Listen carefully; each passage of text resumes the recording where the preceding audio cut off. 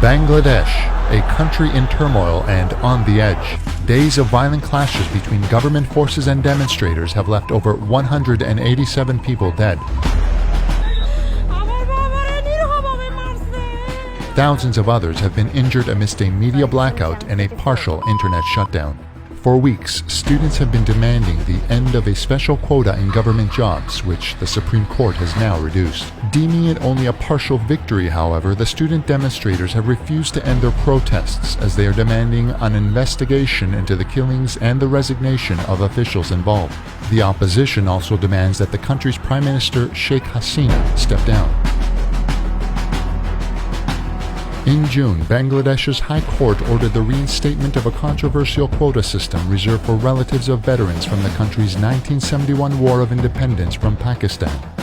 Students immediately condemned this decision, calling it discriminatory, and instead demanded merit-based recruitment. একটা দেশে কিভাবে এটা তো একটা ন্যূনতম কমন সেন্সের ব্যাপার যে একটা দেশের 100% এর মধ্যে 56% কখনো কোটা থাকতে পারে না কোনো সুস্থ একটা দেশে সুস্থ সমাজ ব্যবস্থায় কখনো 56% কোটা এটা মেনে নেওয়ার মতো না. The quota system in Bangladesh reserves 30% of government jobs for the families of Independence War veterans. Another 10% go to residents of underdeveloped districts and women, 5% to indigenous minorities, and 1% to the physically challenged. The system leaves only 44% of government jobs available for the general population, a significant issue in a country with over 26 million youth. Bangladesh's slow economic growth means that government jobs with their incentives are highly coveted, but the competition is fierce. Over 400,000 graduates vie for about 3,000 government positions each year. After prolonged student protests in 2018, the quota system for veterans' families was abolished. However, in June, following petitions from relatives of 1971 veterans, the Bangladeshi High Court deemed the 2018 decision unconstitutional and reinstated the quota system.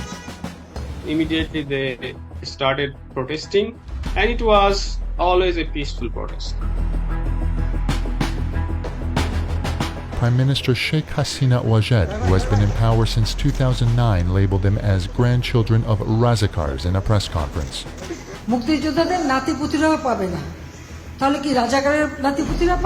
Razakars were Bangladeshi volunteers who supported the Pakistani army during the 1971 war.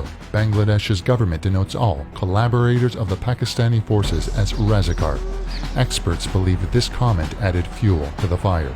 When the Sheikh Hasina, she used this word, she told the students, you are the Razakar, you are the collaborators. It filled them ashamed. It filled them, they are not part of the country. The student demonstrations were violently countered by government forces, resulting in a deadly crackdown. We are open to kill.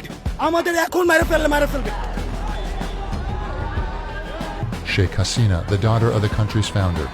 Sheikh Mujibur Rahman has ruled the country since 2009. The main opposition, the Bangladesh Nationalist Party, and its allies have boycotted 2 national elections, accusing Hasina of turning the state into a one-party system through violence and intimidation. The Supreme Court has now reduced the reservation for freedom fighters to 5%, among other quotas, and 93% of jobs will now be merit-based.